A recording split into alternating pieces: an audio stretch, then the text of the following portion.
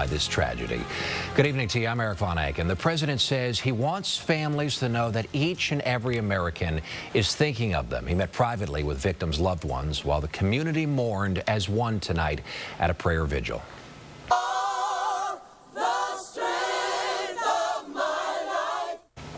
People gathered in song and prayer in Aurora, Colorado for the 12 people killed early Friday morning when a gunman opened fire inside a movie theater at the premiere of the new Batman movie.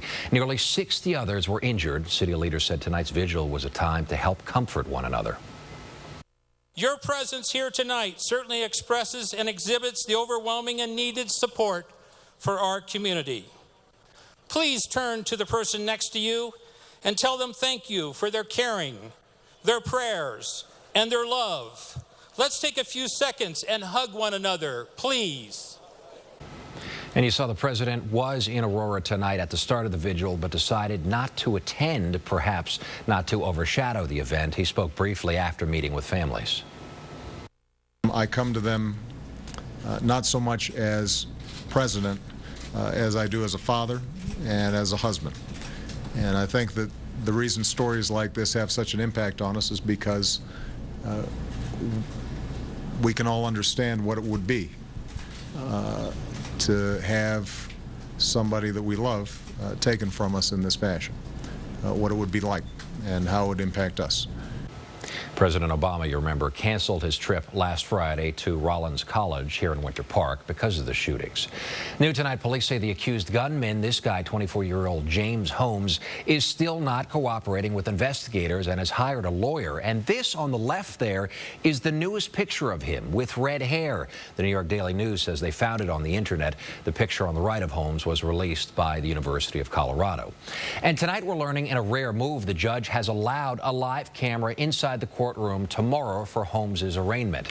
As for the investigation, the Aurora police chief says that it could take months to figure out a motive in the attack, and that the department is working with the FBI and its behavioral analysts. Police have finished gathering evidence at Holmes' apartment, and the theater where the suspect is accused of opening fire could be closed for up to a week. Security at movie theaters all across Central Florida could ultimately be changed forever because of the attack.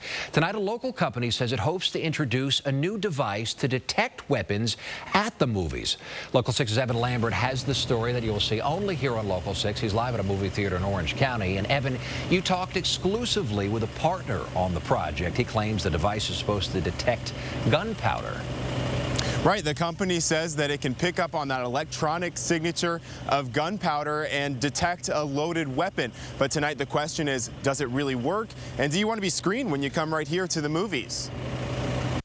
Detecting it right now? One Orlando company is pushing technology that could make movie-going more like airport security. The product, a sensor that would pick up on the material used in bullets and therefore detect a loaded gun and alert theater security. The primer, the thing that you hit with the gun itself when you fire it, that's what sets off the charge. So by determining the electrical field of that, you're able to create a detector. It's a project between Orlando's Emerging Growth Institute and the DC-based DKL Labs. Mike Schulman, who's working on the project, says people might not even notice the technology. The sensor will be the size of a pack of playing cards or a cigarette pack. The model which they used for testing in order to determine the electrical field is about 12 inches across.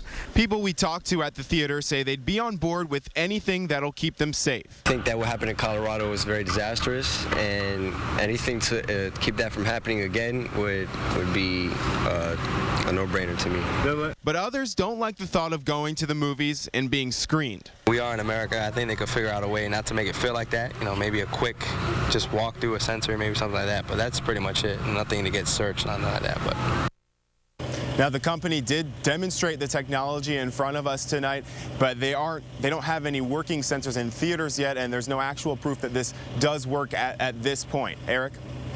Okay, and Evan, you said they want to roll it out into theaters. What's the plan for making that happen? Really, they're just going to be talking to theater chains, marketing it toward them, and seeing if they pick up on it. They say that some chains have already showed some interest already. Eric? All right, be interesting to see if this works, Evan. Thank you. In just a few hours, the maintenance man accused of raping a woman in her apartment will go on trial. Last year, Edwin Colon was charged with sexually assaulting a woman who asked him for help when she locked herself out at the Dovetail Apartments in Orlando. Colon's trial has been delayed